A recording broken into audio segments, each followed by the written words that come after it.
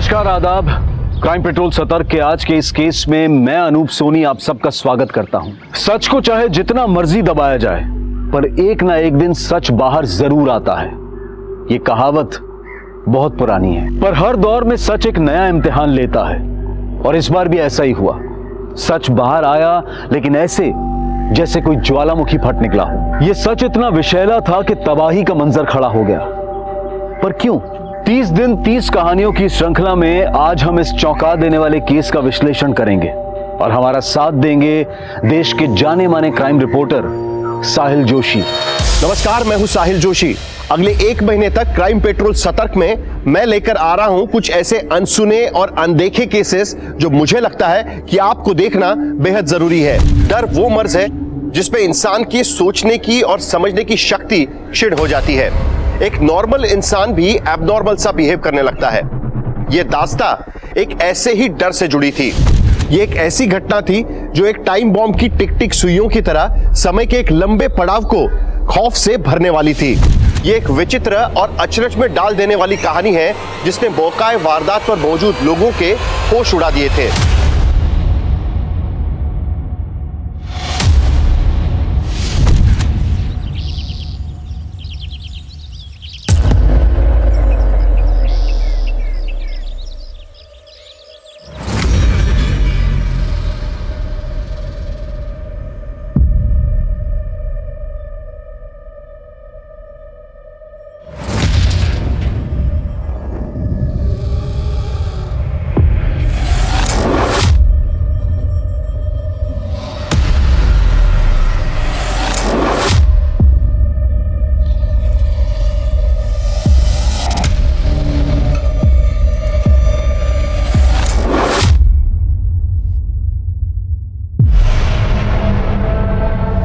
Vyoma, desk पे मेरी क्या हुआ? Vyoma, are you okay? इतनी डरी क्यों हुई हो? नहीं, कुछ नहीं सर। Are you sure? देखो, कुछ प्रॉब्लम। निहारिका कहाँ है? सर, निहारिका तो अभी तक आई नहीं है शायद।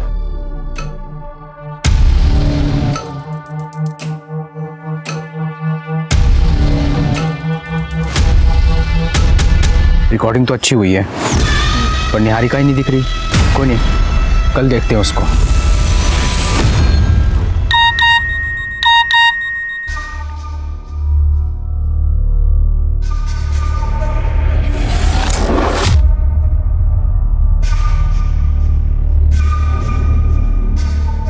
निहारिका, आई एम सॉरी, वो एक्चुअली तुम्हारा ब्रेकफास्ट रेडी है, मैं बस यही बताने आया था।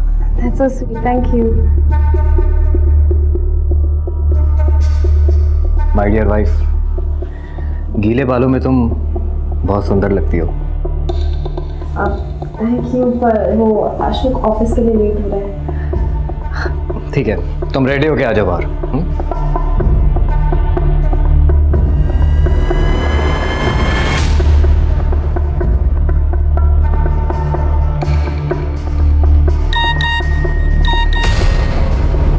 मुझसे ना मिलके तुमने मेरी इंसल्ट की है संजना। अगर मिलना ही नहीं था तो इतना भाव क्यों दिया?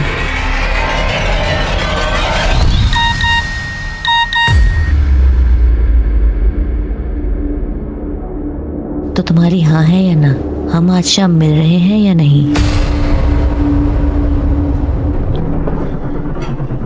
माँ, सौरभ मुझसे जवाब मांग रहा है। कौन सौरभ? माँ, मैंने आपको बताया था ना कि मैट्रिमोनियल साइट में मैंने एक लड़के को पसंद किया है, वही सौरभ। वो मुझसे मिलना चाहता है, उसके बाद मैं आपको उससे मिलवा दूंगी। मुझे नहीं मिलना किसी सौरभ से। ये इंटरनेट वाले लड़कों पे ना मुझे बिल्कुल भी भरोसा नहीं है। ये टिफिन ले और ऑफिस जा। माँ, आप बहुत ज्यादा सोच रहे हो। माँ, क्या प्रॉब्लम है? जाने दो ना मिलने के लिए। और वैसे भी दी के लिए लड़का तो आप ढूंढ नहीं पा रहे। और सौरभ पसंद है ना, तू जा मिल के आ जा। तू चुप कर।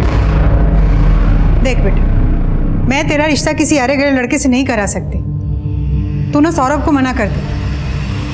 मैं तेरे लिए बहुत अच्छा रिश्ता लेके आऊंगी।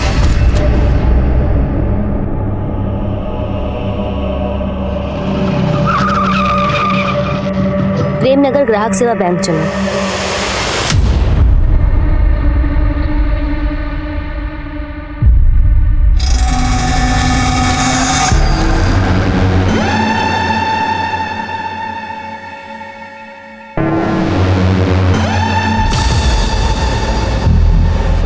व्योमा, तेरा टिफिन रेडी है और याद से तू खाना खा लेना और दवाई भी याद से ले लेना, ठीक है? देख, तेरी फ्रेंड संजना का फोन आ रहा है, वो आती होगी। चल रेडी हो जा बेटा। अरे क्या हुआ बेटा, रो क्यों रही है? अरे देख लेना तो जल्दी ठीक हो जाएगी, कुछ नहीं होगा बेटा।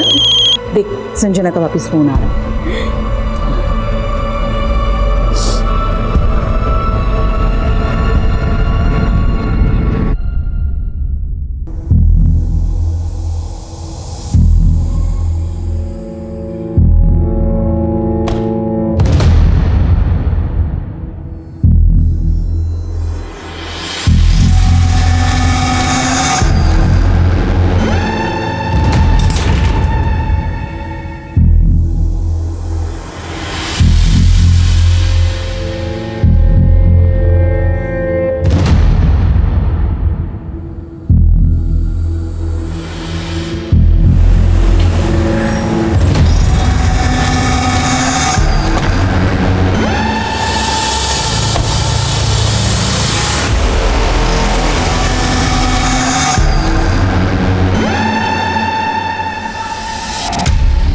देवेंद्र, वो रामनगर में जो नया एटीएम खुला है, प्रॉब्लम आई उसमें? हाँ सर, मेरी एटीएम मैनेजमेंट वालों से बात हुई थी कल। हाँ, मेरी भी बात हुई थी, वो लोग पहुंच रहे हैं, तुम जाओ और सुपरवाइज करो। ठीक है सर। सर, मुझे पता करना है कि आपके बैंक का लॉकर सेफ है या नहीं। श्योर। आपका अकाउंट है हमारी ब्रांच में? नहीं, अभी खोल लेते हैं। ये सिक्योरिटी, अरे सब लोग अपने हाथ ऊपर करो, अपने हाथ ऊपर करो। क्या चाहिए? कोई हिलेगा नहीं।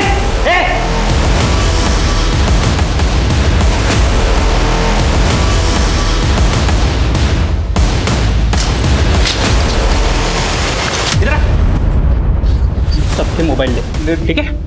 सब लोग अपना अपना मोबाइल इसके पास दे दो, कोई चालाकी नहीं। चल ले, जल्दी जल्दी कर, ले उसका। बंद कर दिया।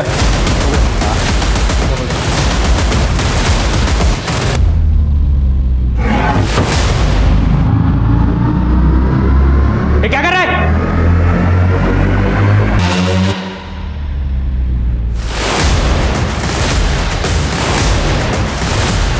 जरा ये सारे फोन बाजू में रख और एक एक फोन करके। किसका फोन बजा बे? किसका फोन बजा? इधर छोड़, तू नहीं छोड़ा था ना फोन इसके पास? तू नहीं छोड़ा था, तू नहीं छोड़ा था, तू नहीं छोड़ा था।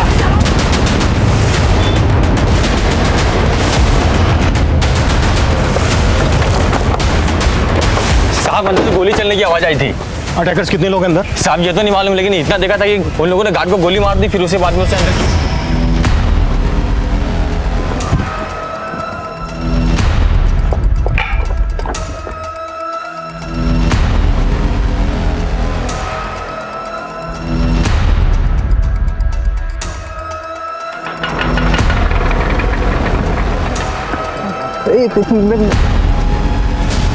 चल चल चल, आओ बेटा, हट।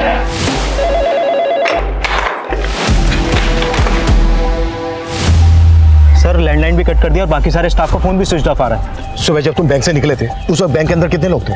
सर, 2-4 कस्टमर थे और बैंक का स्टाफ था सर, बस। बैंक के पूरे स्टाफ के नाम और नंबर ले लो सर। पंकज सर, हमारी पूरी टीम को इस बात का ख्याल रखना है कि उन्हें हमारी एक्टिविटीज के बारे में कुछ भी पता नहीं चलना चाहिए। जो भी करना है छुप के करना है सर। और बैंक की सेंट्रल ब्रांच से कांटेक्ट करो, उनसे पता करो कि हमें बैंक के अंदर का सीसीटीवी एक्सेस मिल सकता है क्या। Yes sir. Priyanka sir, bank के बाहर जो ये सीसीटीवी है, इससे हमें ये पता चल सकता है कि सुबह बैंक के अंदर कौन कौन लोग गए हों। इस सीसीटीवी की फुटेज अरेंज करो तुरंत सर।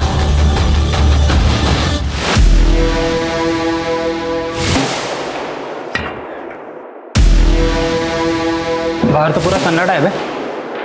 चाय की टपरी है, चाय वाला लगाए। पक्का पुलिस आई है।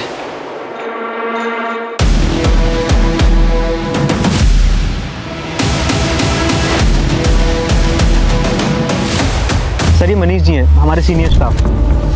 और सर ये अभिनव है, हमारा असिस्टेंट मैनेजर। और सर ये जो ऑटो से उतर रही है ना, सर ये हमारी हेड कैशियर संजना और उसके साथ सर व्योमा है। सर ये लोग कौन है जो व्योमा के बाद बैंक के अंदर गए?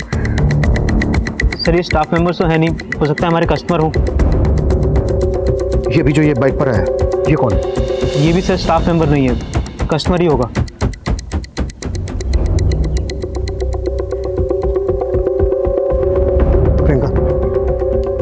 ये बाइक यही है। इस बाइक की डिटेल पता करो और बैंक के अंदर जाने वाले हर आदमी की डिटेल पता करने की कोशिश करो। सर ये हमारे सीनियर मैनेजर प्रमोद जी की कार है और उनके साथ ही निहारिका है।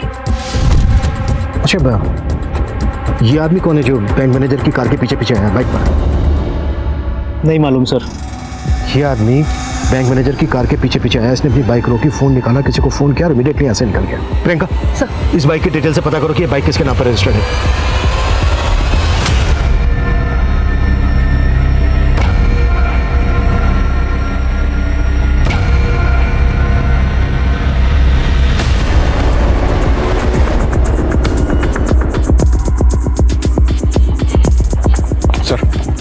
सेंट्रल ब्रांच से पता किया, यहाँ के सीसीटीवी ऑफ किए गए।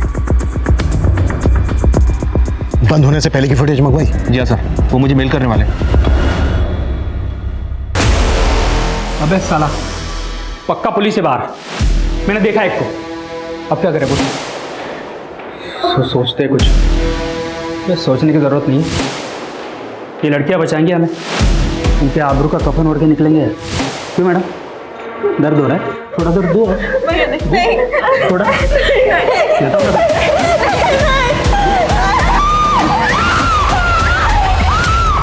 बैंक के अंदर से लड़की के चिल्लाने की आवाज आ रही है। इससे पहले कि वो किसी को नुकसान पहुंचाए, हमें जो भी करना है जल्द से जल्द करना होगा। बैंक के चारों तरफ चेक करो कि कहीं से बैंक के अंदर का कुछ दिखता है क्या, पर सेफली। सर इस ब्रांच के सीसीटीवी बंद होने से पहले की फुटेज आ गई, ये देखिए।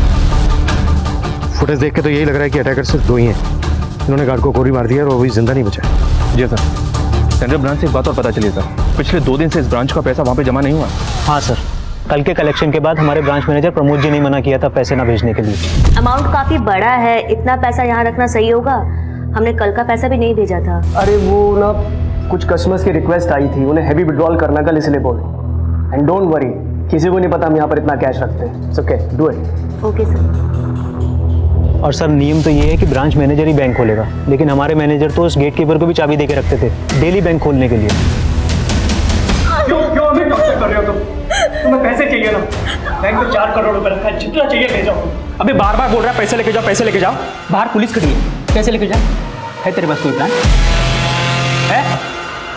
सर बैंक मैनेजर प्रमोद ने पर्पसली 2 दिन तक ब्रांच का पैसा सेंट्रल ब्रांच में जमा नहीं किया और वो ब्रांच की चाबी को भी सिक्योरिटी गार्ड के पास रखता था। कहीं ऐसा तो नहीं इस सब में उसका इन्वॉल्वमेंट है? हो सकता है, लेकिन पंकज, रॉबर्ट्स का पहला टारगेट होता है लूट कर भाग जाना। लेकिन यहाँ पर तो रॉबर्ट्स ने बैंक के अंदर अपने आप को बंद कर लिया है। क्या मकसद होगा इसका? हो सकता है सर बैंक के अंदर जो लोग मौजूद हैं उनको लूट के बाद ह्यूमन शील्ड बनाकर भागने की कोशिश हो। प्रेमनगर के ग्राहक सेवा कोऑपरेटिव बैंक में गोलियां चल रही हैं। एक ऐसे ही गोली का शिकार हुआ है बैंक का security guard Sumit Verma. Bank के अंदर कई मासूम फंसे हैं जिनकी जान खतरे में है। अंदर हमलावर कितने हैं, उनके पास किस तरह के हथियार हैं, पुलिस गेस नहीं कर पा रही। क्या यह वाकई कोई एंटी सोशल अटैक है जो लोकल पुलिस एटीटी को संपर्क कर रही है, या हमलावर लूट और डकैती के इरादे से आए हैं? हमलावरों की गोली पर आखिरकार किसका नाम लिखा है? करोड़ों का माल और कई जाने ताक पर है। आने वाला समय एक भारी तबाही का अंदेशा दे रहा है। जैसा कि आप देख सकते हैं, बैंक के बाहर से हम आपको बिल्कुल लाइव फुटेज दिखा रहे हैं। बैंक के बाहर फायरिंग भी सुनाई दी गई है, पुलिस कर्मी का यहाँ पे जमावड़ा लगा हुआ है।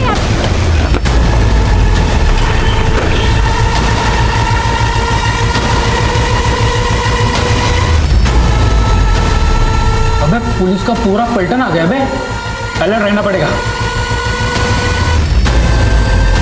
हमारा मकसद है रॉबर्ट्स को पकड़ना, किसी भी इनोसेंट को कोई नुकसान नहीं पहुंचना चाहिए। क्लियर? जाओ अपनी अपनी पोजीशन ले लो। सर सिक्योरिटी गार्ड की एजेंसी में फोन किया, उनको बताया कि सुमित नाम का गार्ड मारा गया है। पर उनका कहना है कि सुमित नाम का कोई भी गार्ड उन्होंने इस ब्रांच में अपॉइंट नहीं किया था। व्हाट? यस सर, बल्कि उन्होंने एक दूसरे गार्ड की फोटो भेजी है मुझे, ये देखिए सर, बाबूलाल नाम है इसका। उनके मुताबिक इस ब्रांच में बाबूलाल ड्यूटी पर था। हाँ सर, बाबूलाल ही हमारे यहाँ ड्यूटी किया करता था, लेकिन एक हफ्ता पहले वो छुट्टी पे चला गया था। सर मुझे 2 दिन के लिए गांव जाना है सर, तब तक एजेंसी वाले सर इसे ड्यूटी पर भेजेंगे, फिर मैं 2 दिन के बाद आके ज्वाइन कर लूँगा सर। ठीक है, थैंक यू सर। लेकिन एजेंसी वालों ने तो हमें ऐसा कुछ नहीं बताया। सर इस बारे में तो मैं कुछ नहीं कह सकता, और सर प्रमोद जी ने ही उसे अलाउ किया था 2 दिन के लिए। तुम्हारा ये बैंक मैनेजर प्रमोद 2 दिन से पैसा अपनी ही ब्रांच में रखता है, सेंट्रल ब्रांच में नहीं भिजवाता। और अब ये पता चलता है कि वो ड्यूटी पे तैनात गार्ड की जगह किसी दूसरे को ड्यूटी पे रख लेता है। कहीं ऐसा तो नहीं है कि बैंक मैनेजर भी मिला हुआ है इन लोगों से? मैं क्या बता सकता हूँ इस बारे में। तुम्हारे मैनेजर ने तुम्हें बाहर भेजा था ना बैंक से? सर वो ATM मशीन खराब हो गई थी, मैं वो चेक करने गया था। सर आप चाहे तो चेक कर सकते हैं सर। चेक तो हम करेंगे ही। एक मिनट सर, ये बाइक किसी मुकेश माथुर की है। ये बाइक 3 दिन पहले चोरी हुई थी और उसने चोरी होने की कंप्लेंट भी की है। मतलब इस बाइक से जो आया वो रॉबर था और वो चोरी की बाइक लेकर यहाँ आया? जी सर इस आदमी की फोटो हमने सारे थानों में सर्कुलेट कर दी थी। उससे पता चला है कि ये आदमी एक नामी क्रिमिनल है, उत्कल, जो पहले भी चोरी और लूट के मामलों में अंदर जा चुका है। अच्छा, वो दूसरी बाइक जो बैंक मैनेजर की कार के पीछे आई थी वो किसके नाम पर रजिस्टर्ड है? सर वो किसी देव कुमार के नाम पर रजिस्टर्ड है। ये वो देव कुमार, मायानगर के एड्रेस पे।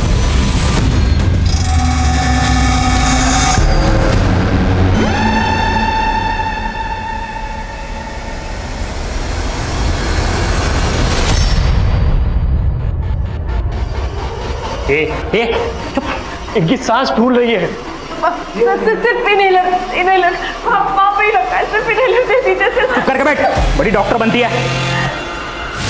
क्यों बे बुड्ढे, क्यों नौटंकी कर रहा है? प्रॉब्लम उनको इनहेलर दे दो ना। अबे चुप।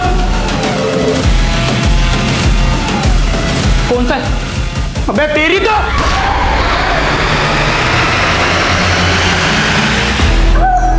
हिलने से मना किया था ना तुझे, अब मर। तुझे बचाने के चक्कर में ना ये लड़की मर रही है। अब तुझे देख के मुझे मेरे लाचार बाप की याद आती है, इसीलिए ये इनहेलर दे रहा हूँ। अब ये ले मुकुल। उत्कल, अगर तुम लोग ये सोच रहे हो कि तुम लोग यहाँ से निकल जाओगे तो बहुत ही गलत सोच रहे हो। मेरी बात मानो, सरेंडर कर दो। सपने मत देख इंस्पेक्टर, गन नीचे कर। अबे गन नीचे करने तो ठोक दूंगा इनको। और क्या बोला तू? सरेंडर? अबे तुम लोग हमको छू भी नहीं पाओगे, तुम्हारी नाक के नीचे से निकल जाएंगे और तुम देखते रह जाओगे। ये बहुत बड़ी गलतफहमी है तेरी। मेरी बात मान, सरेंडर कर दो, इसी में सलामती है तुम सबके। अबे सलामत तो कोई नहीं बचेगा आज। अच्छा ये बताओ, तुम लोग चाहते क्या हो? कोई मांग है तुम्हारी? अमृता सिंह, 1 घंटे के अंदर अमृता सिंह को यहाँ देखना चाहता हूँ। ये अमृता सिंह कौन है? पता लगाओ, पुलिस हो तुम। चलो तुम्हारी तलाश थोड़ी आसान कर देते हैं। अमृता सिंह हरिनगर में रहती है। अगर 1 घंटे के अंदर वो यहाँ नहीं पहुंची तो बाहर गोली की आवाज आएगी और अंदर एक और जान चली जाएगी। अभी पता चला है कि रॉबर्ट्स ने पुलिस से किसी हरिनगर निवासी अमृता सिंह को बुलाने के लिए कहा है। पुलिस भी हैरान है कि रॉबर्ट्स के आखिर मंसूबे क्या हैं। क्या ये कोई बैंक रॉबरी है या फिर अंदर लोगों को हॉस्टेज बना के रखा हुआ है? कौन है ये अमृता सिंह और उसका इस केस से क्या लेना देना है? इन सभी सवालों के जवाब खुद पुलिस वालों के पास भी नहीं है। आप हमारे साथ बने रहिए जब तक हम सच का पर्दाफाश ना कर दें। अरे मैम, आप अंदर नहीं जा सकते प्लीज। मेरी बेटी अंदर है, मुझे उससे मिलना है। मैम हाँ, हम देख रहे हैं, आप प्लीज।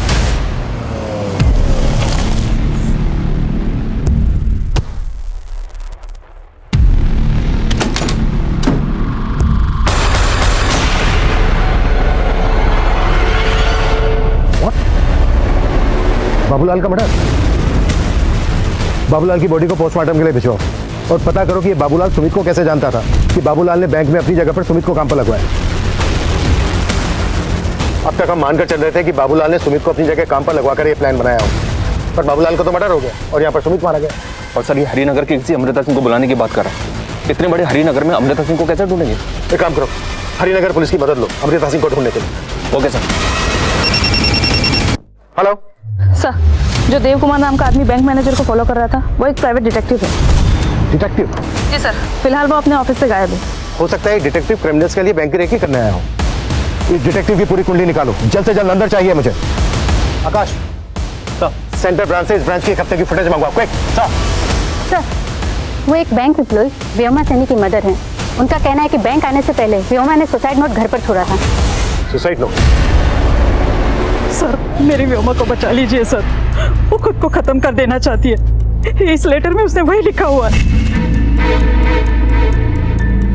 व्योमा को फेशियल डिसीज है, उसकी वजह से मेरी बच्ची को बहुत तकलीफ होती थी, उसकी वजह से शायद। अच्छा एक बात बताइए, कभी उसको देखकर आपको ऐसा लगा कि वो किसी दबाव में है, किसी के प्रेशर में है, या वो कनेक्टेड हो इस रॉबरी से? नहीं सर, ऐसा कुछ भी नहीं है। प्लीज मेरी बच्ची को बचा लीजिए सर। संजना दीदी, संजना दीदी, संजना दी। देखो व्योमा, जिंदगी में हमेशा सब खुश नहीं रहते। हम सबकी लाइफ में कोई ना कोई प्रॉब्लम्स है। मैं जानती हूँ, पर जब मेरा शरीर ही मेरा साथ नहीं दे रहा तो। मनीष सर को देख रही हो? उनको अस्थमा है, उनका शरीर भी उनका साथ नहीं दे रहा है, और वो तो भी अपना एक जवान बेटा भी खो चुके हैं, लेकिन फिर भी जिंदगी से लड़ रहे हैं, है ना? और प्रॉब्लम्स तो मेरी।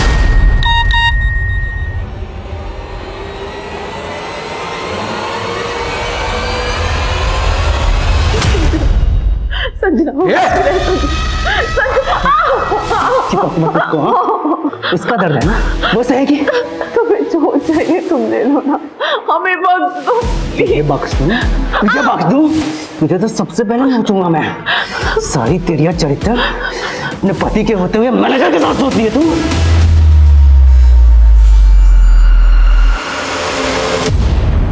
निहारिका के साथ अफेयर तो नहीं आपका? देखिए आपकी कलमकारी हम सबको मरवा देगी। मेरी मान ली कुछ ना कुछ करते हैं, ये दोनों अकेले हम भाग चलते हैं सर यहाँ से। सर प्लीज सर मेरी बात मानिए सर। हमारे हाथ बंधे हुए क्या कर सकते हैं हम? तो कुछ नहीं आराम से बैठा रहे, छोड़ देगा हमें वो। सर कहीं आपने तो प्लान नहीं किया ना ये सब? आपने वो 4 करोड़ रुपए देने की बात की बोली? तू मुझ पे शक कर रहा है? चुप नहीं तो यहीं पे ठोक दूंगा, समझा?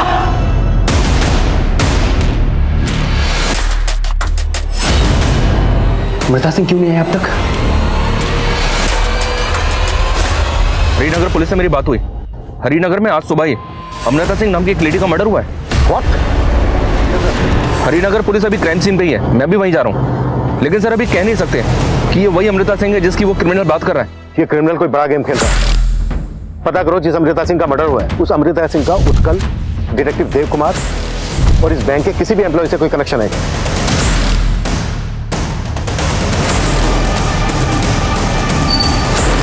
Sir sir sir sir sir sir Sanjana मेरी बहन ये बैंक में काम करती है। प्लीज ठीक है, एक बार साहब से मिलवा दो प्लीज प्लीज सर। सुबह जब अमृता का मर्डर हुआ उस वक्त घर पे कोई और नहीं था। अमृता का हस्बैंड दिल्ली में है।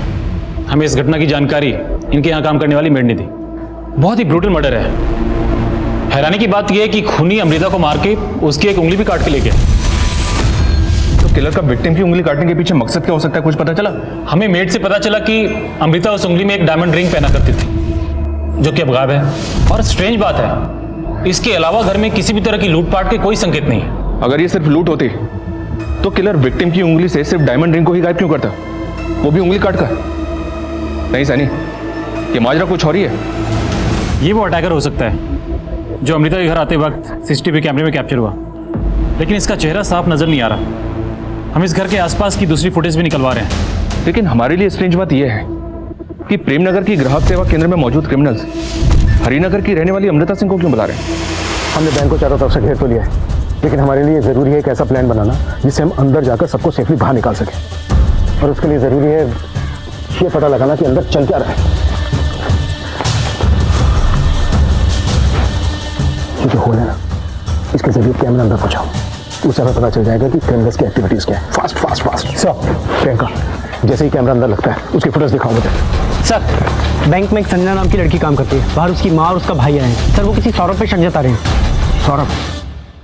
कौन है सौरभ? सौरभ से एक मैट्रिमोनियल साइट पे कांटेक्ट में आई थी संजना, और मुझे शुरू से उस पर शक था कि वो जरूर फ्रॉड करेगा संजना के साथ। कैसा फ्रॉड?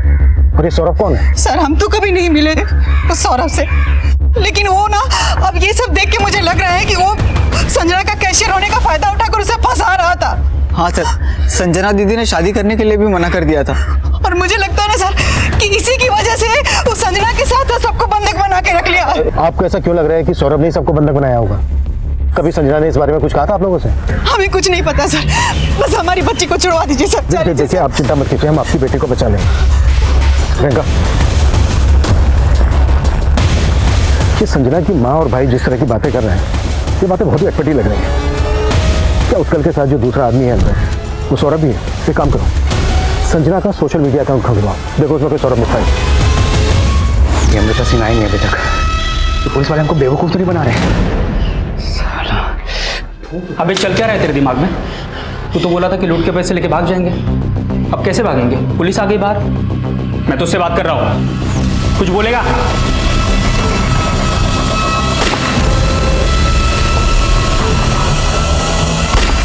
स्मार्ट बनने की कोशिश मत कर इंस्पेक्टर, वरना सब मरेंगे। देख मेरे हवलदार पे गोली चला के तूने अच्छा नहीं किया। तू ये बात चाहता क्या? क्या मांग है तेरी? बता तो दिया है कहाँ अमृता सिंह?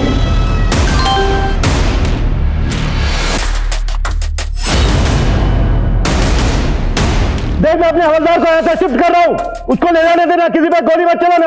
अगर तूने गोली चलाई तो ठीक नहीं होगा तेरे लिए।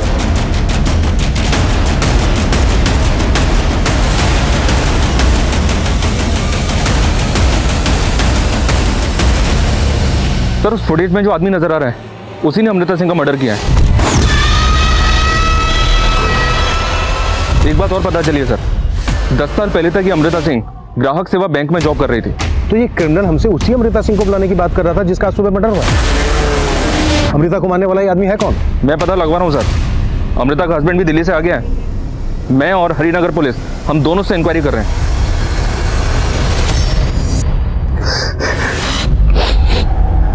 योगेश जी माफ कीजिए, मैं जानता हूं कि सही वक्त नहीं है क्वेश्चन पूछने का, but it's very urgent. Sunny, footage में ये जो आदमी है, क्या आप बता सकते हैं कि कौन है? ये तो क्या बात, आप चुप क्यों हो गए? साफ साफ बताइए, कैसे जानते हैं आप इस आदमी को? बोलिए। अच्छा, जिस कैमरे को गोली लगी थी उसकी फुटेज दिखाओ मुझे। गोली लगने से पहले कुछ तो रिकॉर्ड हुआ होगा।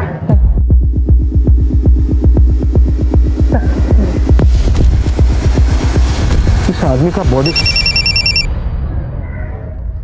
हाँ पंकज। सर उस आदमी का नाम पता चल गया है, उसका नाम रजनीश है। हैरानी की बात तो यह है सर कि इस रजनीश ने 6 महीने पहले अमृता को 10 लाख रुपए में अपनी किडनी बेची थी और अब उसी ने उसका मर्डर कर दिया।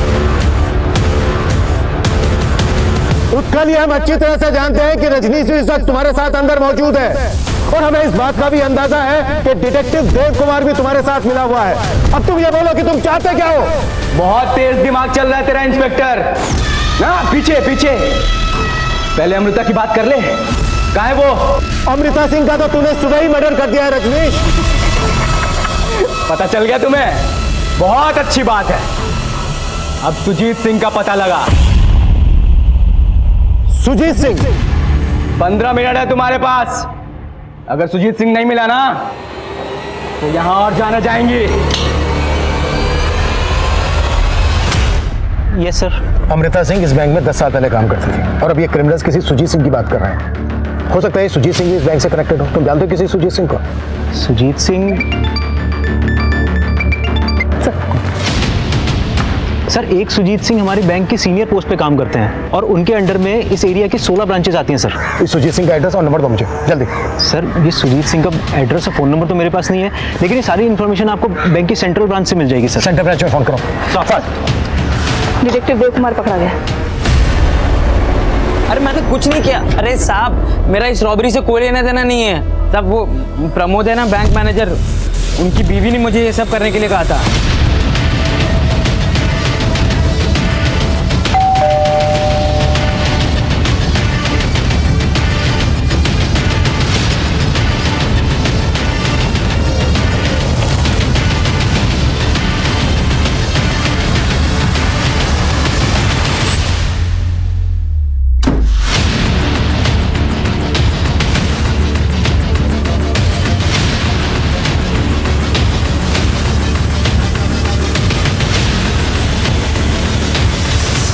सर ये रजनीश के घर से एक स्केलेटन मिला। What? आस पड़ोस से भी पता नहीं चल रहा है कि स्केलेटन किसका होगा। स्केलेटन को बिल्कुल लड़की की तरह सजाया हुआ है। एक बात बोलो सर, स्केलेटन की उंगली में वही डायमंड रिंग पहनाई हुई है जो अमृता की उंगली से काट के निकाली गई थी। पक्का रजनीश ने कहीं और भी मर्डर किए होंगे। अब शायद हमें यह भी सुनने को मिले कि अगला मर्डर इसने सुजीत सिंह का किया है। एक काम करो, इसका बैकग्राउंड अच्छे से खंगालो और ये भी पता करो कि इसके घर में स्केलेटन किसका है। Okay okay sir. Sir Devendra ने हमें जिस सुजीत सिंह के बारे में बताया था, मेरी उनसे बात हुई है, वो जिंदा है सर। लेकिन अभी तक हमें ये श्योर नहीं है कि वो किस सुजीत सिंह को यहाँ बुला रहा है। आई होप किसी दूसरे सुजीत सिंह का मर्डर ना हुआ। फिलहाल इस सुजीत सिंह को यहाँ बुला लो। मैडम, वो डिटेक्टिव मैंने अपने पति की जासूसी करने के लिए हायर किया था। उसका इस रॉबरी से कोई लेना देना नहीं है। क्या जासूसी कर रही थी आप अपने पति की? क्योंकि मुझे शक है कि प्रमोद का उनकी कुलीग निहारिका के साथ अफेयर चल रहा है। हमें भी ये शक है कि आपके पति उन बैंक रॉबर्स के साथ इन्वॉल्व हो सकते हैं। कहीं ऐसा तो नहीं कि आप उसके साथ मिलकर कोई गेम खेल रही हो? प्रमोद का मुझे नहीं मालूम, लेकिन मैं कोई गेम नहीं खेल रही हूँ। और आप ये सारी बातें निहारिका के पति से क्यों नहीं पूछती हैं? उसे भी मालूम होगा कि निहारिका प्रमोद के साथ क्या गेम खेल रही है।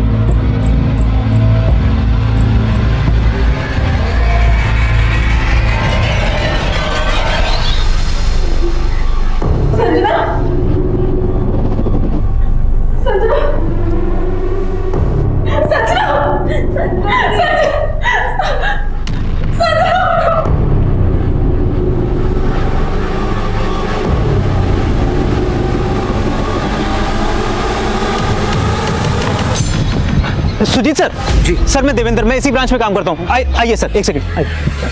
Sir sir sir Sujeet Singh ji sir.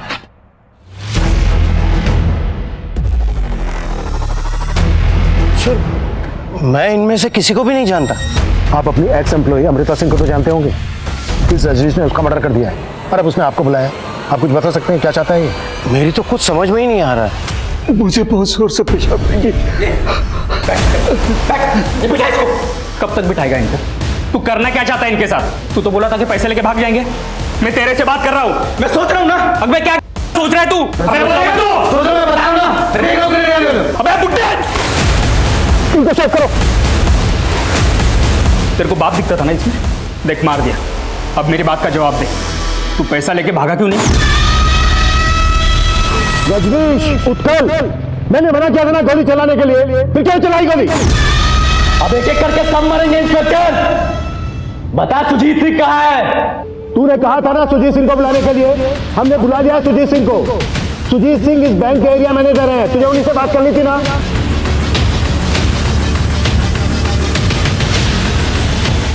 एकदम सही आदमी को लेके आया इंस्पेक्टर। अब बोल, चाहता क्या है तू? मैं क्या चाहता हूं अभी बताता हूं।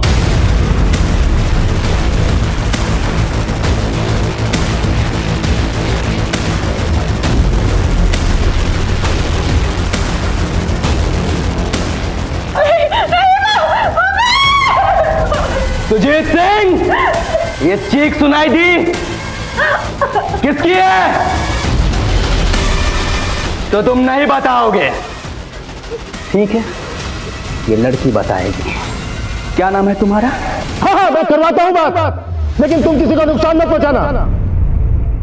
मैं सुजीत सिंह बोल रहा हूं। मैं नहीं जानता तुम कौन हो, लेकिन मैं बताऊंगा कि मैं कौन हूं। मेरा नाम रजनीश दीक्षित है और मेरे बाप का नाम दिनेश लाल दीक्षित।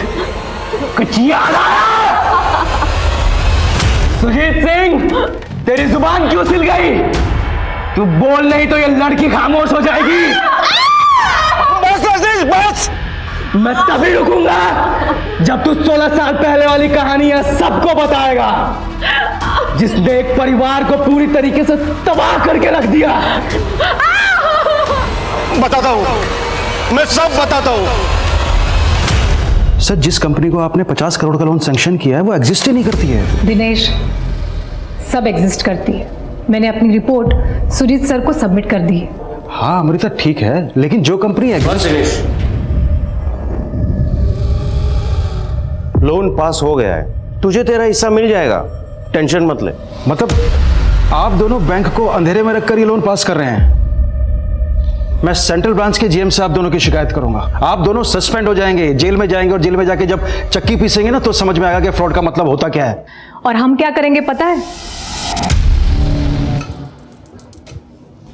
मैं भी पुलिस स्टेशन जाऊंगी और तुम्हारी कंप्लेंट करूंगी कि तुमने मुझे शादी का झूठा झांसा देकर मोलेस्ट करने की कोशिश की, और तुम मुझे जानते तो हो ही, मैं कुछ भी कर सकती हूँ। उस अमृता सिंह ने मेरे बाप के चरित्र पर उंगली उठाकर उन्हें दर बदर की ठोकरें खाने के लिए मजबूर कर दिया।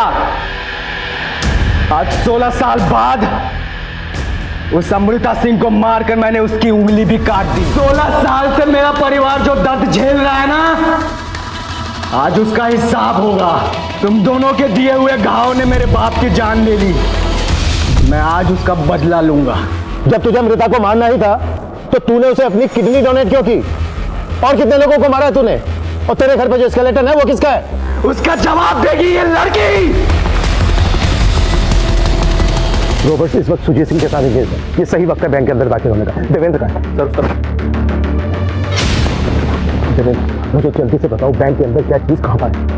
सर जब हम ब्रांच में एंटर करेंगे तो राइट साइड में कैश काउंटर है, और सर लेफ्ट साइड में लॉकर का गेट है, और सर सामने की तरफ मैनेजर्स केबिन है, और एंड में सर टॉयलेट है। और एक मिनट, टॉयलेट कहाँ पर है? सर बिल्कुल लास्ट में।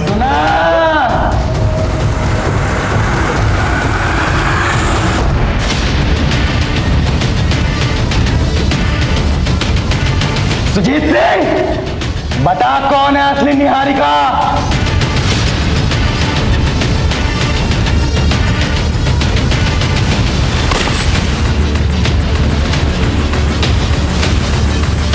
मेरे पापा के साथ जो तूने किया वो मैं भूल गया, लेकिन जो तूने मेरी बहन के साथ किया ना सुजीत, वो बहुत बुरा किया। वो मेरे पापा के नाम पे लगे धब्बे को मिटाना चाहती थी। उसने इस बैंक में जॉब के लिए अप्लाई भी किया था, वो सिलेक्ट भी हो गई थी, लेकिन तूने प्रमोद को बोल करके जो उसके साथ किया ना, वो बहुत गलत था। कहां से बनवाए नकली डॉक्यूमेंट्स? बिल्कुल ओरिजिनल लग रहे हैं। तो नहीं सर, ये क्या कह रहे हैं आप?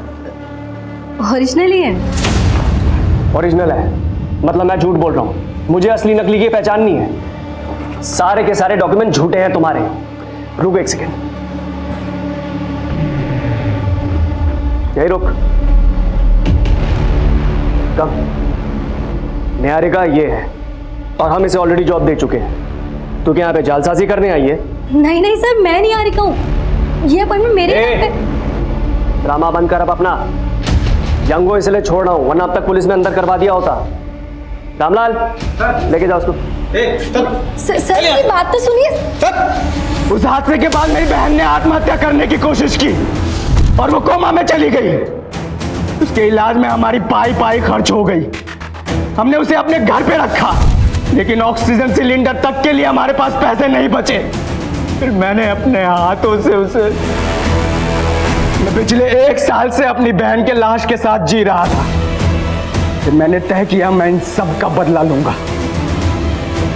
मैंने अमृता को ढूंढ निकाला, फिर मुझे पता लगा उसे किडनी की जरूरत थी और मुझे पैसों की। वो नहीं जानती थी कि मैं दिनेश दीक्षित का बेटा हूं। मैं उसका मसीहा बना और मैंने अपनी किडनी दी, बदले में 10 लाख रुपए लिए। उसी पैसे से मैंने सुजीत तुझसे और तेरी बेटी से अपना गुनाह कबूल करवाने का प्लान बनाया। सुमित और उत्कल पैसों की वजह से मेरे साथ आ गए। फिर मैंने बाबूलाल की जगह सुमित को दिलवाने के दिमाग लगाया और बाबूलाल को भी लालच दिया। मेरे कहने पर ही बाबूलाल ने सुमित को यहाँ बैंक में लगवाया। फिर मैंने बाबूलाल को भी खत्म कर दिया। सर, हम लोग अंदर घुस रहे हैं, आप उसका ध्यान अपनी तरफ खींचिए। रजनीश, बाबूलाल ने तेरा साथ दिया, तूने उसको भी मार दिया। फिर तूने सुमित को अपने साथ मिलाया, तूने सुमित का भी मर्डर कर दिया। उत्कल, सुन मेरी बात देख, रजनीश तो अपने सर पे कफन बांध के आया है। अब तू सोच तुझे क्या करना है। रजनीश, जिसने तेरा साथ दिया है तूने सबको मार दिया। अब ये बता, क्या तू उत्कल को भी मारने वाला है? इंस्पेक्टर, उत्कल को भड़काने की नाकाम कोशिश कर रहा है तू। सुमित को इसी ने मारा क्योंकि उसको पैसों का बंटवारा नहीं चाहिए था। उत्कल, तू मेरी बात सुन, सोच, अगर तू बचना चाहता है तो तेरे और तेरे बाप की वजह से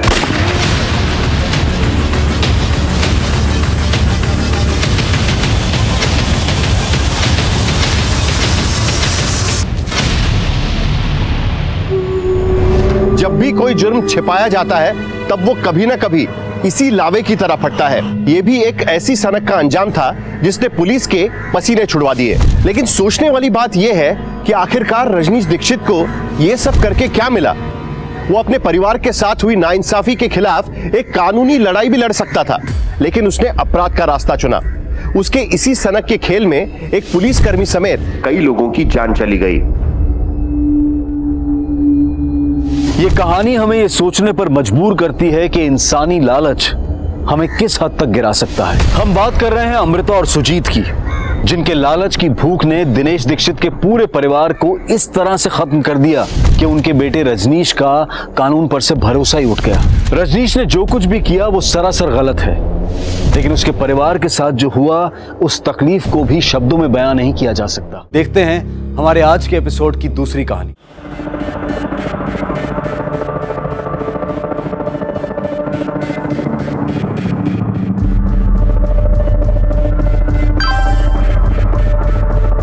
बाहर आ जाओ।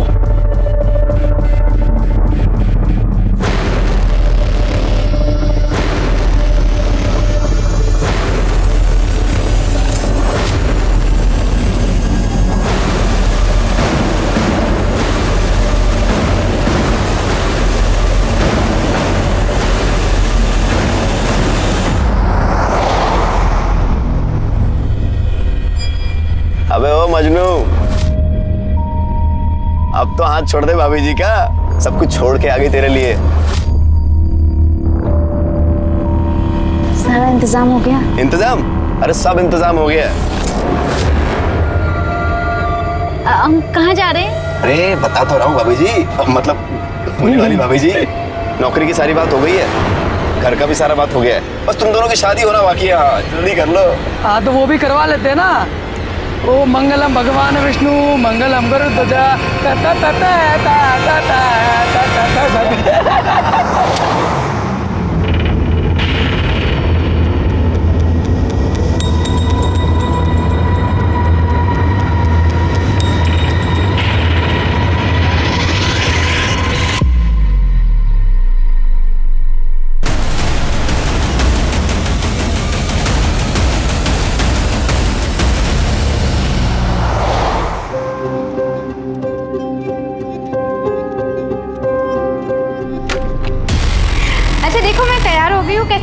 तैयार तो हम भी है, 3-3 दूल्हे। अब शादी छोड़ो, चलो सुहाग रात मनाते हैं। दीपक बचाओ! दीपक बचाओ नहीं, दीपक फंसाओ। वही तो बेच के गया तुमको हमें। अब पैसा वसूल करने दो, शोर मत मचाओ, समझी तुम? अबे पकड़ उसको, पकड़। शांति से करके हम छोड़ दे, समझी तुम? लेकिन जो लात मारी है ना हमको, देखो तुम्हारा हम क्या हाल करते हैं।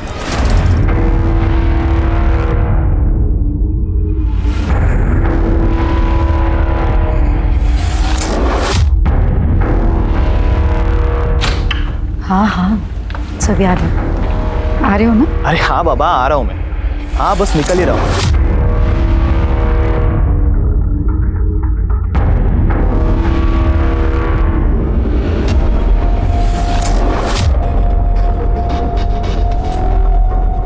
ओ हीरोइन, सारा दिन ये पंखा साफ करना है, बाकी का काम तेरा बाप करेगा क्या? नहीं बस हो ही गया। पैसे ले और सामान की लिस्ट, चल मार्केट जाके सामान लेके आ। और हाँ टाइम से आना वापस घर। कहाँ जा रहे हो तुम? चुपचाप ना अपने काम से काम रखा करो, समझ में आ गया? इतनी बार मना किया, टोका मत करो पीछे से, लेकिन आदत नहीं जाती।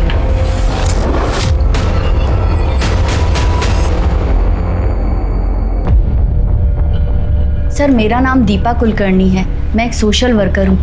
मुझे ये लड़की कल रात को अकेले रोड पर मिली। सर ये बहुत घबराई हुई थी, मदद मांग रही थी, और जब इसने मुझे अपने बारे में बताया तो मुझे लगा कि इसे पुलिस स्टेशन ही ले जाना चाहिए, और इसीलिए आज सुबह होते ही मैं इसे यहाँ ले आई हूँ। अच्छा किया आपने। नाम क्या बेटा तुम्हारा? सब हमारा नाम मोहिनी संथाल है। कहाँ की रहने वाली हो? झारखंड तरवा गांव से है। क्या हुआ तुम्हारे साथ? सब हमारे माँ बाप नहीं है, चाचा के घर रहते हैं। एक दिन चाचा बोले मंडी जाना है, धोखे से किसी आदमी को बेचती है। बस आप ही के पास आ रहा हूँ। ये मैडम जी कौन है? वो तो नहीं मालूम साहब। फिर एक जगह गाड़ी रोक के और वो तीनों पेशाब करने के लिए उतर गए और हमको मालूम नहीं था सब कहाँ जा रहे हैं, बस भागते रहे और शहर पहुंच गए। पर हमको बहुत डर था कि वो हमें पकड़ ना ले। रोड पे हम रोते रहे। फिर ये दीदी आई। तुम बिल्कुल फिक्र मत करो, तुम एकदम सेफ हो। शिरके, मोहिनी को एनजीओ भेजने की तैयारी करो। तृप्ति, इसके चाचा के डिटेल्स, गांव के डिटेल्स सब ले लेना। ये दीदी के साथ जाओ।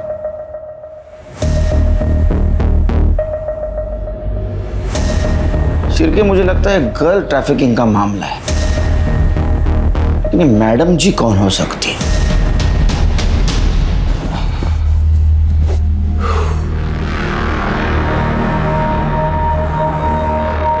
यार वो लड़की आने वाली थी ना, क्या हुआ उसका? नहीं आई। कुछ प्रॉब्लम है तो किसी और को ढूंढना पड़ेगा। क्यों? क्या हुआ उसका? इतने परेशान क्यों हो रहे हो?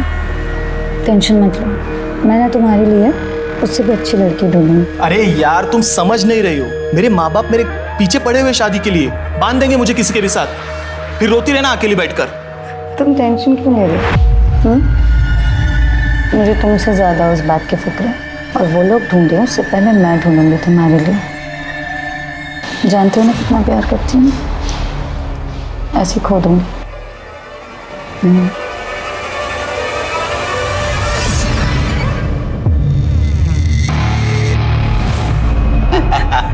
अबे 17 साल के नागपुर पहुंचते ही 1.5 लाख मिलेंगे इसके। नोट गिनने की तैयारी कर ले। अरे हम तीनों ने मजे लिए इसके, काई का फ्रेश। और नागपुर के बात करने से पहुंच जाएगा क्या? 1.5 लाख तो डिलीवरी के बाद मिलेंगे। 20 से 25 हजार का खर्चा है। प्लीज मुझे जाने दो, प्लीज मुझे छोड़ दो, प्लीज ऐसा मत करो। अबे मजे तो बोनस है, बोनस। अब देखना 1.5 लाख भी यही दिलाएगी और 25,000 का इंतजाम भी यही करेगी। रास्ते में जो जितना देगा बेच देंगे साली को। नहीं, जाने से पहले एक बार और हो जाए। साहब 2 दिन हो गए, हमारी बेटी नमिता की कोई खबर नहीं। कहाँ है, किस हाल में है, हमें कुछ पता नहीं। झूठ क्यों बोल रही हो? सच क्यों नहीं बताती सर को कि लड़की भाग गई है तुम्हारी? हमारी लड़की उस लफंगे दीपक के साथ भागी है। तुम्हें पूरा यकीन है ये उसी लड़के के साथ भागी? हाँ सर, पूरा यकीन है, उस लड़के के साथ ही भागी है। लड़का 2 दिन से गायब है, अपने घर पे नहीं है, और हमें नहीं पता था सर कि ट्यूशन पढ़ने जा रही है। हमें लगता था, लेकिन उसका तो चक्कर चल रहा था। ये गोल खिला रही है ये पढ़ाई लिखाई के नाम पर। इसकी पढ़ाई लिखाई बंद। अब ये कॉलेज नहीं जाएगी, नहीं जाएगी ये कॉलेज। कोई भी लड़का ढूंढो इसके लिए और शादी करो। इस घर में ज्यादा नहीं देखनी है मुझे ये लड़की। अरे सुनिए तो सही। 17 साल में शादी, पता है ना गैर कानूनी है। हाँ सर, पता है कि गैर कानूनी है, पर गरीब आदमी करे तो करे क्या सर? सब लोग थू कर रहे थे। अब इज्जत जाए, इससे अच्छा तो आदमी जेल चला जाए। बहुत समझाया पर समझ नहीं रही थी वो। उस लड़के ने हद कर दी सर। एक दिन तो हमारे घर ही आ गया था। आशिकी का भूत का ले। हेलो, क्यों आया था? क्यों आया था? अंकल, मैं नमिता से प्यार करता हूँ अंकल, उससे शादी करना चाहता हूँ अंकल। छोड़ दो पापा। तेरी बारात में अर्थी निकालूंगा यहाँ से। पापा, अगर उसे कुछ हो गया ना, मैं अपनी जान दे दूंगी, आप देख लेना। साहब प्यार से बात करना तो इन्होंने कभी सीखा ही नहीं। इतनी सख्ती दिखाई कि बेटी घर से ही भाग गई। मैं उसे प्यार से समझाऊंगी, बस एक बार ढूंढ दीजिए मेरी बेटी को। देखिए आप घबराइए नहीं, आप दीपक और नमिता की डिटेल्स नोट करवा दीजिए, हम उन्हें जल्द से जल्द ढूंढेंगे। समझे?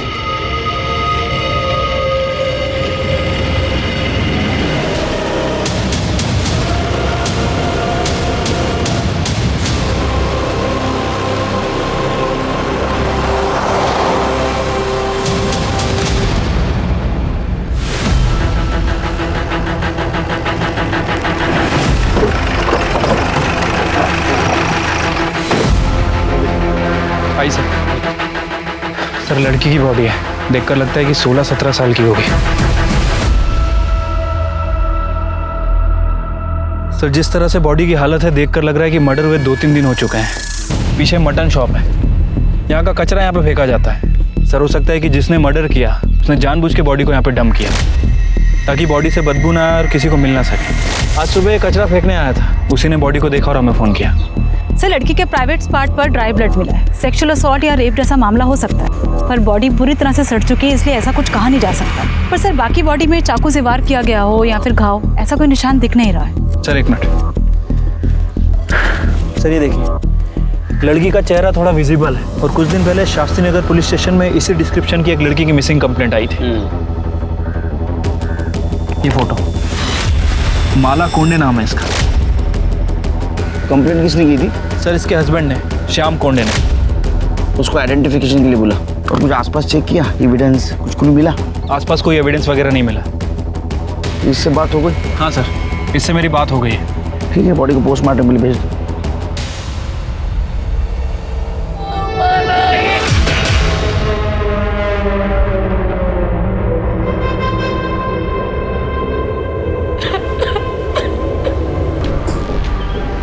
माला मटन शॉप गई थी? नहीं सर, हमारे घर नॉनवेज नहीं बनता। वो सब्जी लेने गई थी और शाम तक नहीं लौटी, और ना ही फ़ोन साथ ले गई थी कि फ़ोन लगा करके देखी कि वो कहाँ पे है। फिर अगले दिन जब वो नहीं लौटी तो मैंने मिसिंग की कंप्लेंट लिखवाई थी। आप लोगों को किसी पे शक, किसी से कोई झगड़ा, दुश्मनी जो ऐसा कर सकता है? सर हम लोग मिडिल क्लास लोग हैं, हमारी किसी से क्या दुश्मनी होगी। ठीक है जाओ।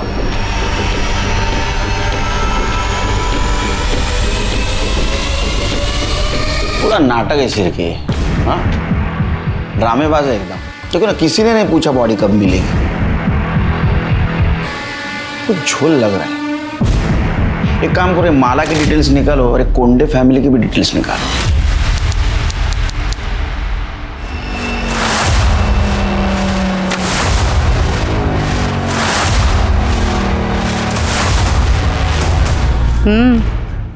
फोटो देखी? मैं आज ही आई बाबा को उसकी फोटो भेजता हूँ, देखना शादी के लिए फौरन हाँ कर देंगे। अरे लड़की सिर्फ 17 साल की है, नाबालिग है वो। पहले उसके एज प्रूफ के ना झूठे पेपर्स तैयार करने दे।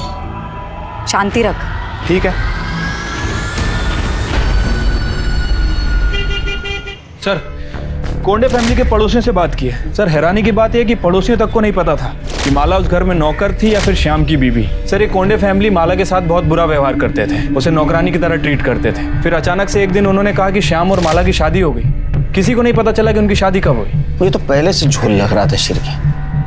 ये कोंडे फैमिली की डिटेल्स निकाली? हाँ सर, ये श्याम को जुए की लत, काम वाम कुछ करता नहीं था। रमाकांत के पास भी कोई काम नहीं है और ये वैशाली घर चलाने के लिए नर्स और हाउस होल्ड हेल्प का काम करती है। दूसरों के घर में नौकर प्रोवाइड करवाया करती थी। चिरके मुझे वैशाली के काम में भी झोल लग रहा है। पता करो, ये नर्स और नौकर प्रोवाइड करने के नाम पे कुछ काले धंधे तो नहीं करती थी? सर हमने पता किया, माला का बर्थ सर्टिफिकेट निकली है।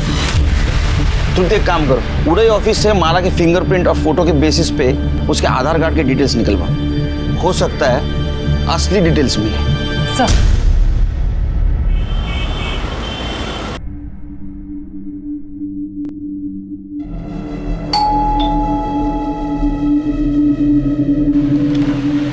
नमस्ते। नमस्ते आंटी। आंटी नमिता दीदी कहाँ है? बेटा वो घर पर नहीं है, अपने मामा के घर गई है। कुछ काम था क्या? हाँ आंटी, मैं क्लास में फर्स्ट रैंक लाई हूँ ना, तो मुझे उनको थैंक यू बोलना था। पर मम्मी वो तो घर पर ही नहीं है। कोई बात नहीं बेटा, तो आंटी को दे दे, आंटी नमिता दीदी को दे देगी। देखिएगा नमिता बहुत अच्छी टीचर बनेगी, उसकी तो जिंदगी सफल हो गई। चलिए हम निकलते हैं।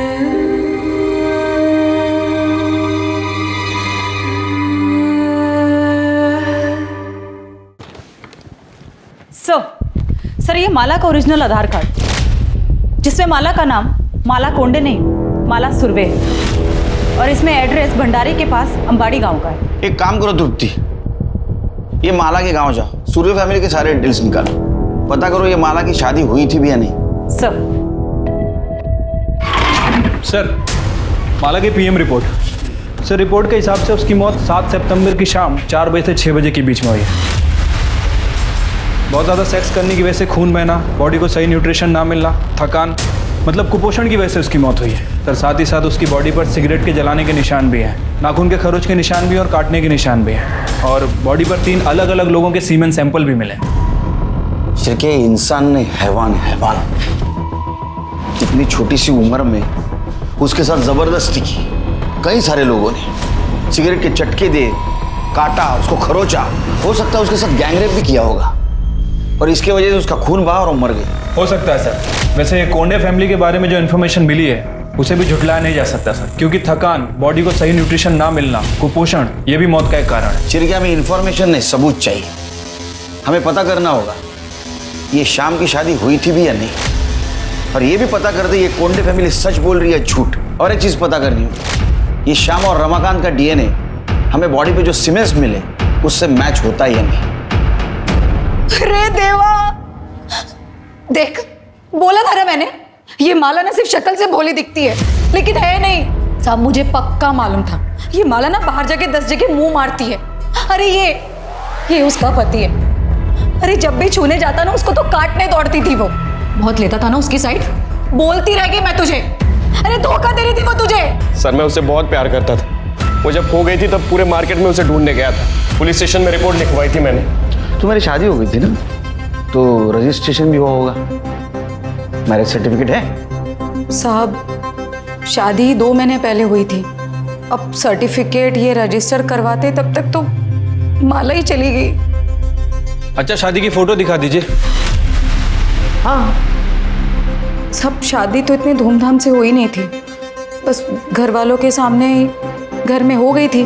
और उसके बाद फोटो भी खींचा था तो फ़ोन से ही खींचा था, और इसके हाथ से फिर गलती से फ़ोन पानी में गिर गया, चालू नहीं हो रहा था, फिर फ़ोन फेंक दिया। बहुत प्रॉब्लम है आपके लाइफ में। तो आपके पास कुछ प्रूफ नहीं था इसलिए तुम लोगों ने उसका बर्थ सर्टिफिकेट डुप्लीकेट बनवाया। हालांकि उसके आधार कार्ड के ऊपर उसके घर का एड्रेस भंडारा का था। क्या आधार कार्ड? उसके पास आधार कार्ड भी था, लेकिन हम लोगों को तो खाली बर्थ सर्टिफिकेट मालूम है, और वो तो अनाथ है ये पता था। पर बाप रे, अनाथ भी हो गई? कहाँ मिली आपको? वो ऑफिस आई थी मेरे।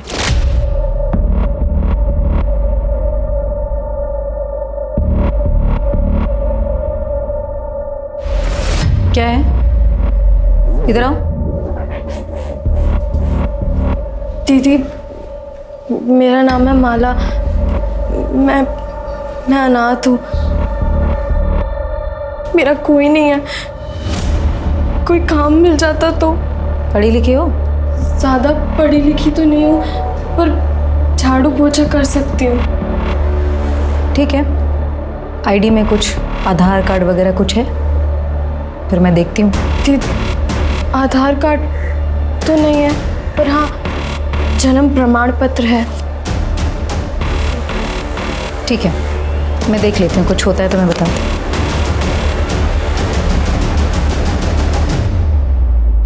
सर माला की कहानी सुनकर मुझे उस पर तरस आ गया था। दिखने में भी ठीक ठाक थी वो, इसलिए मैंने वैनी से कहा कि आप ही पूछ लीजिए उसे कि अगर वो शादी करना चाहती है मुझसे। साहब उसने भी मना नहीं किया, हाँ बोल दिया, तो मैंने शादी करवा दी। सच बोल रही है? हाँ ये सच बोल रहे हैं? हाँ ऐसे ही हुआ था। चिरके, ये शाम की डीएनए टेस्ट करवा, और रमाकांत का भी। मेरा क्यों? मैंने क्या किया? इसने कुछ किया? नहीं, मतलब मेरा मतलब है माला तो मेरी बेटी जैसी थी, बहू थी। डर क्यों रहे हो? हाँ चिरके, इन दोनों का डीएनए टेस्ट करवा। चिरके, ये कोंडे फैमिली का झोल है। वो रमाकांत देखा कितना डरा हुआ था। मुझे लगता है माला से जबरदस्ती प्रोस्टिट्यूशन करवाते थे। हो सकता है सर, लेकिन अगर 1% भी चांस हुआ कि माला ये काम जानबूझ के करती थी पैसे कमाने के लिए, तो सर? नहीं शिरकी, अगर वो जानबूझ के करती थी, इतने पैसे कमाती थी, तो पैसों का क्या करती थी? क्योंकि उसके मौत का एक कारण कुपोषण भी है। उसको ठीक तरह से खाना भी नहीं मिलता था। ये वैशाली के एजेंसी का कुछ पता चला है? ऐसी एजेंसी? हाँ सर, उसकी एजेंसी लीगल है, रजिस्टर्ड भी है। अपने खबरों को अलर्ट कर दो। ये कोंडे फैमिली के सारे डिटेल्स चाहिए मुझे, पास्ट फ्यूचर प्रेजेंट सब। ठीक है सर।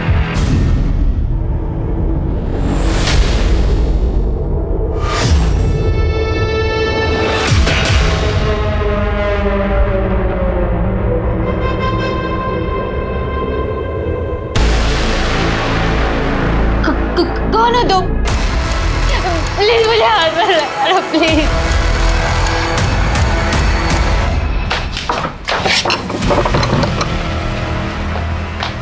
मना किया था ना, बोला था ना दूर रहने के लिए। अरे पर क्यों? मेरी होने वाली बीवी हो यार। मुझे भी पता है कि होने वाली बीवी है तुम्हारी, हुई नहीं है, लेकिन तुम्हें भी अच्छी तरह पता होना चाहिए कि माला की मौत के बाद ना हम कितनी बड़ी मुश्किल में फंस चुके हैं। अरे पुलिस को शक हो गया है, दिन रात सवाल कर रही, जीना हराम कर रखा है हमारा, और उसके बाद तुम ये थोड़े टाइम दूर रहो इससे। अरे मेरे माँ बाबा मेरी शादी का सेहरा लेकर खड़े, करा देंगे मेरी शादी किसी के साथ, फिर हमारे बीच जो कुछ भी है ना सब भूल जाना।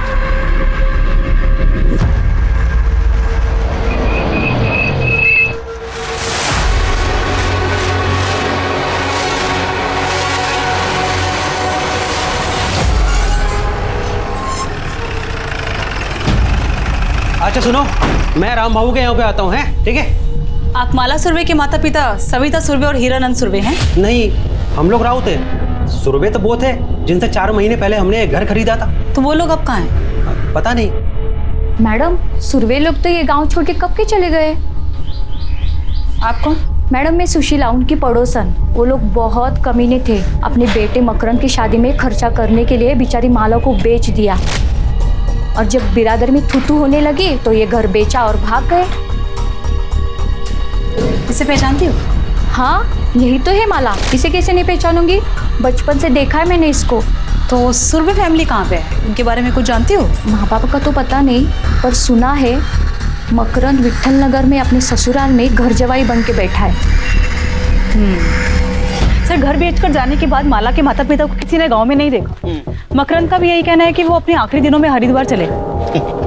हरिद्वार पुण्य कमाने ने पाप धोने गए होंगे। सर, मकरंद का कहना है कि उसकी शादी के बाद से ही वो चले गए, और उसके बाद उसके साथ भी उसकी कोई बातचीत नहीं। सर, माला की बॉडी पे जो 3 लोगों के सीमेन मिले थे, उसकी डीएनए रिपोर्ट आ गई सर। उनमें से एक का डीएनए श्याम के डीएनए से मैच करता है। और दूसरे 2 रमाकांत की डीएनए रिपोर्ट? सर, रमाकांत का डीएनए सीमेन से मैच नहीं कर रहा है। मतलब कोंडे फैमिली माला के बारे में जो बोल रही थी वो सच हो सकता है, या ये भी हो सकता है कि उसके साथ किसी ने जबरदस्ती की या रेप। सर, दिल्ली से एक लड़की की पूछताछ आई है। कुछ दिन पहले वो अपने बॉयफ्रेंड के साथ घर से भाग गई थी। वो लड़की नागपुर में दिखाई दी। उसका नाम है नमिता सिंह। ये फोटो और उसकी उम्र 17 साल। शिरके, इसका लुकआउट नोटिस जारी करो, हो सकता है इसके बारे में किसी के पास इंफॉर्मेशन हो। ठीक है सर। माला कोंडे उस माला सुरवे मर्डर केस सुलझने की बजाय उलझता ही जा रहा है। पुलिस ने माला का बैकग्राउंड तो चेक किया है, लेकिन कत्ल के मकसद को लेकर पुख्ता तौर पर कोई बयान देने से बच रही है। पोस्टमार्टम रिपोर्ट में एक्सेसिव सेक्स और टॉर्चर की बात कही गई है, रेप नहीं आया। तो क्या रेप इसलिए नहीं आया क्योंकि माला के अंदर रेप से स्ट्रगल करने की न तो ताकत बची थी और न ही जान? क्या वाकई माला देह व्यापार में शामिल थी और यही उसकी मौत की वजह बनी? अगर हाँ, तो फिर कातिल कौन है? उसका पति, ससुराल वाले, ये बाहर का कोई शख्स? माला के माँ बाप ने उसे किसके हाथों बेचा था? और क्या माला के कत्ल में उसके माँ बाप का हाथ भी शामिल हो सकता है?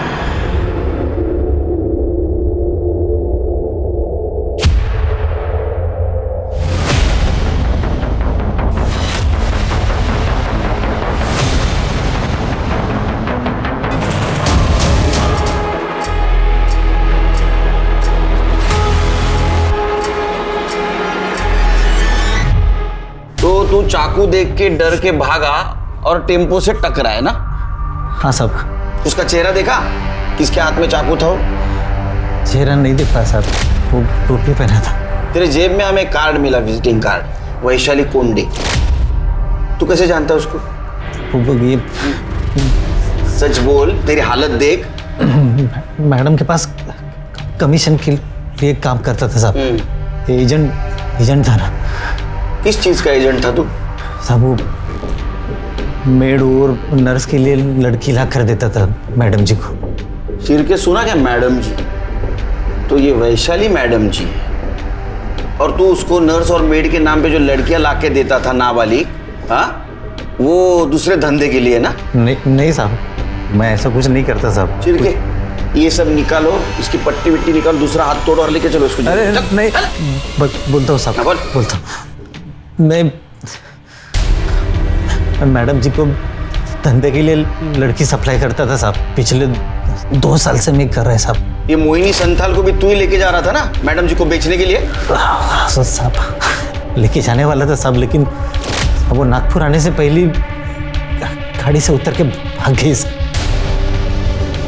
और माला?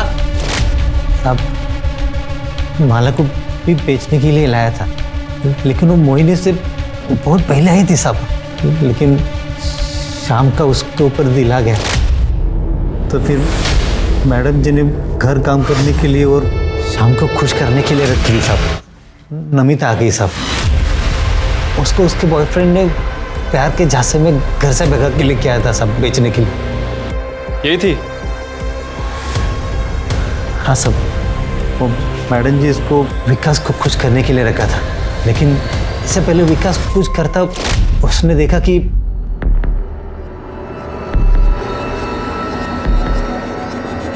तू अंदर क्या कर रहा था? तेरी हिम्मत कैसे हुई मेरे होने वाली बीवी को हाथ लगाने की? होने वाली बीवी है ना, कोई तो नहीं है ना। चल। साले हर बार तेरी मन मर्जी नहीं चलेगी, समझा? दोबारा अगर तूने उसे हाथ लगाया ना तो लगाऊंगा। क्या करेगा बे तू? ये घर मेरा है और इस घर की हर चीज मेरी है, समझा? जो करना का। साले तुझे बहुत चर्बी आई है, हाँ? जान से मार दूंगा। चल। विकास, श्याम, छोड़ो, तुम लोग ये क्या कर रहे हो? अरे छोड़ दो दूसरे को। विकास छोड़ो। श्याम, विकास बस। विकास, छोड़ो विकास। विकास, कहाँ भाग रहे हो? रख। अरे क्या मुंह देख रहे हो? उसको पकड़ो, मर जाएंगे वरना हम लोग।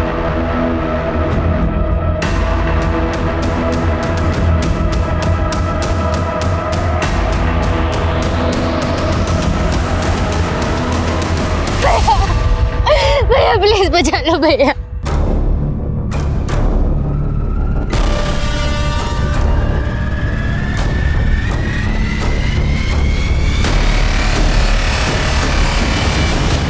जान से मार डालोगे क्या इसे? इसे अगर कुछ हो गया तो मैं शादी किससे करूंगा? इससे तू नहीं, मैं शादी करूंगा। बस दामोदर, चल निकाल सिक्का। आज ही फैसला करूंगी इसकी शादी का। अगर हेड आया तो श्याम की और अगर टेल आया तो विकास की। ये ऐसे कैसे बोल रहे हो तुम? मुंह खोला ना दोबारा तो उठा के सीधा श्याम को दे दूंगी। दामोदर,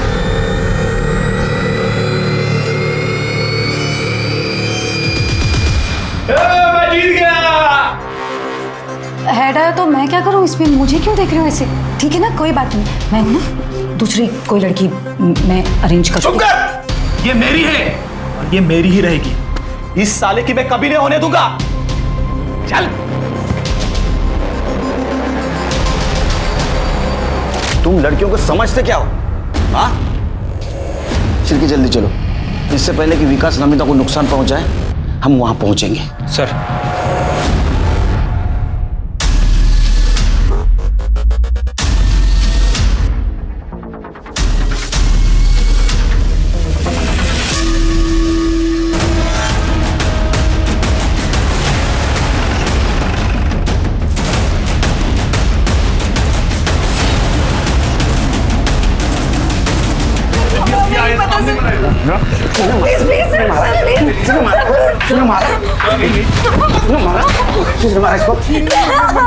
तेरे हाथ में चाकू था, हाँ?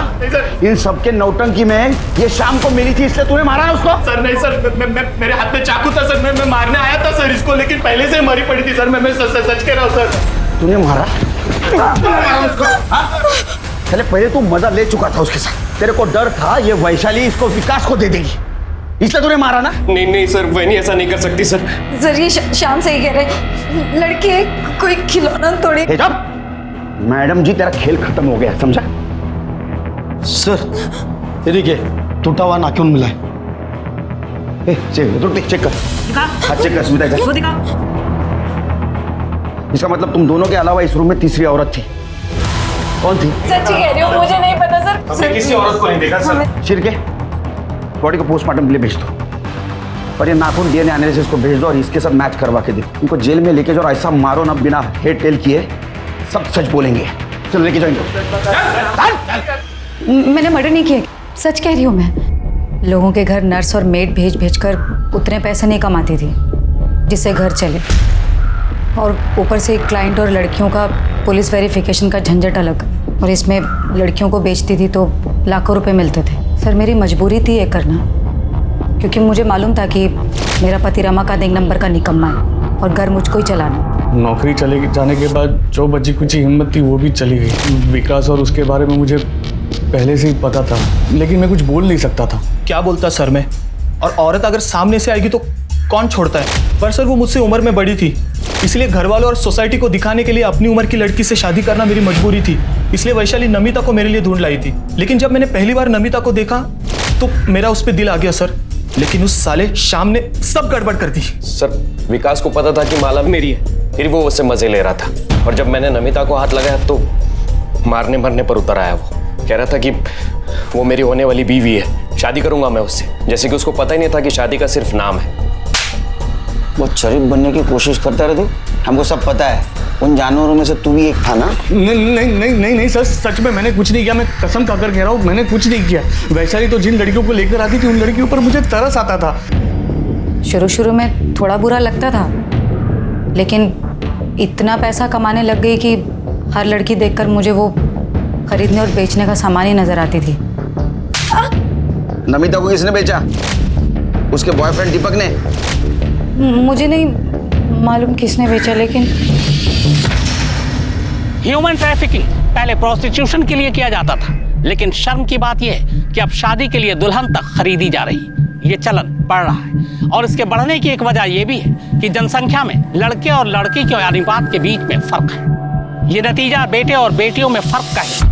यही वजह है कि बहुत सारी जगहों पर बेटियों को पैदा होते ही मार दिया जाता है। हरियाणा से ये चलन शुरू हुआ, लेकिन कई राज्यों में अब ये चलन बढ़ गया है। अगर ये चलन ऐसे ही चलता रहा तो न सिर्फ ये देश के लिए घातक होगा, बल्कि लड़के और लड़कियों के बीच जो फर्क है उसका फासला और भी बढ़ेगा। सर, माला की बॉडी पर बाकी जिन 2 आदमियों के सीमेंट मिले थे उनका डीएनए विकास और दामोदर से मैच करता है। वो तो होना ही था शिरकी, क्योंकि दोनों ने कन्फेस भी कर लिया था ना, माला के साथ उन्होंने रेप किया है। सर हॉस्पिटल से फोन आया था, कल रात दामोदर की हॉस्पिटल में मौत हो गई। शिरकी, दामोदर का जिस जगह एक्सीडेंट हुआ वहाँ सीसीटीवी के देखो। ठीक है सर। सर एक और बात, नमिता की बॉडी के पास जो नाखून मिला है, डीएनए रिपोर्ट से पता चला है कि वो नाखून किसी औरत का नहीं बल्कि वो आदमी का है। हो सकता है सर, बहुत सारे आदमी लोग अपनी छोटी उंगली का नाखून बढ़ा के रखते हैं, उसमें नेल पेंट वगैरह लगाते हैं। इसका मतलब शिरके उस कमरे में श्याम और विकास के अलावा तीसरा आदमी भी था जिसने नमिता का मर्डर किया। शिरके एक काम करो, एक कोंडे हाउस के आसपास जितने भी मोबाइल टावर्स है वहां से पता करो कि उस एरिया में उस वक्त कितने मोबाइल एक्टिव थे, और ये दामोदर का जिस बार के बाहर एक्सीडेंट हुआ वहां का भी मोबाइल डाटा रिकवर करवाओ। सर, हमने कोंडे हाउस दोबारा सर्च किया। जिस कमरे में नमिता की लाश मिली थी उस कमरे के बाहर एक ब्रेसलेट मिला।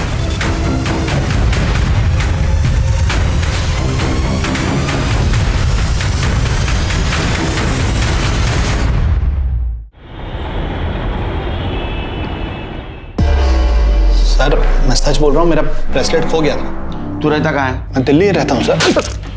दिल्ली में रहता है? तेरा ब्रेसलेट नागपुर में मिलता है, तो चोर ने यहाँ चोरी किया और नागपुर में फेंक दिया, वो भी उसी जगह जहाँ नमिता का मर्डर हुआ, रूम के बाहर। हाँ देख, तेरा मोबाइल लोकेशन भी ना उसके घर के आसपास का दिखा रहा था उस दिन। सच बोले तो हड्डियां तोड़ दूंगा तेरे।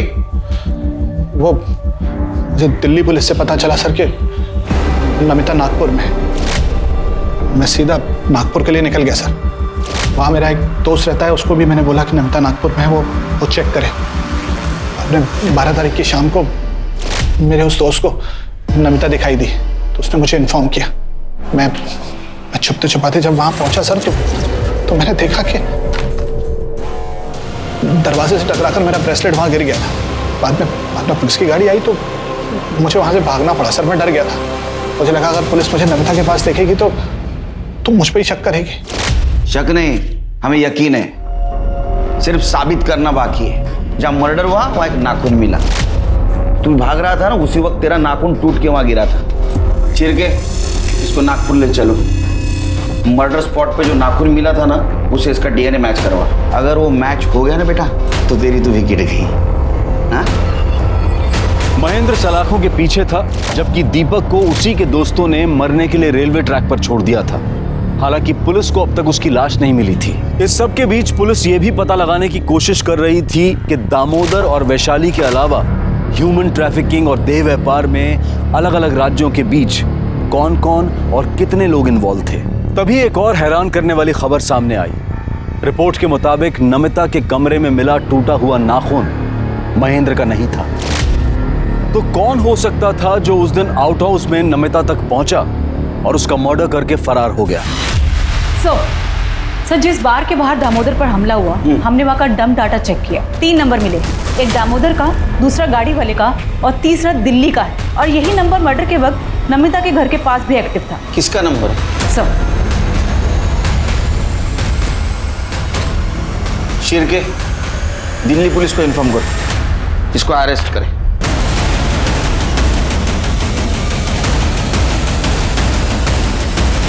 नमिता को बेच की तरह मन नहीं भरा तो उसको मारने पहुंचा और मार भी दिया। नहीं साहब, ये जो उंगली का नाखून टूटा है ना, ये मर्डर स्पॉट पे मिला है हमको, समझा? सच बोल। साहब नमिता को हम नहीं बेचे साहब, हम तो उसको बहुत प्यार करते थे। अरे जिंदगी थी वो हमारी, लेकिन हमसे एक गलती हुई साहब कि वो मुकेश जैसी दोस्त पे हम विश्वास कर लिया और उससे मदद मांगे साहब। जिस दिन हमारी शादी थी साहब, राजा को पटरी पर फेंक के आओ, उसके बाद दुल्हन के साथ सुहागरात मनाते हैं।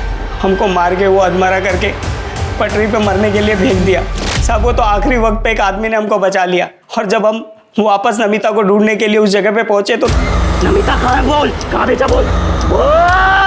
मुझे एड्रेस नहीं पता, लेकिन मैडम को जिस आदमी को बेचा है तो उसको मैं जानता हूँ। जब हम नागपुर पहुंचे और दामोदर को फ़ोन किया तो पहले वो हमारा फ़ोन नहीं उठाया, लेकिन बाद में वो हमारा फ़ोन उठाया साहब, और हम उसको झांसा दिए कि हमें लड़की चाहिए। वो बोला लड़की है, फलाना बार में पहुंच जाओ। हम साहब वहाँ पहुँच गए, लेकिन वहाँ देखा तो बहुत सारे लोग थे साहब, लेकिन हमको मुकेश उसका हुलिया बताया था। हम उसको पहचान गए, और जैसे हम चाकू निकाल के उसके गर्दन पे रखे और नमिता के बारे में पूछे, सब वो कुछ बिना बोले ही भागने लग गया वहाँ से और जाके एक गाड़ी से टकरा गया साहब। हम फिर गए उसके पास और चाकू दिखा के फिर नमिता के बारे में पूछे। वो बताया साहब कि नमिता कहाँ है, किस कमरे में, और उस कमरे की चाबी उसके जेब में थी। हम उस जेब से उसकी चाबी निकाल ली और उसका फ़ोन भी निकाल लिए, और रास्ते में जाके उसका फ़ोन तोड़ के फेंक दिए साहब, ताकि वो हमारे बारे में किसी को इन्फॉर्म ना कर सके। और हम जैसे ही नमिता के पास पहुँचे, नमिता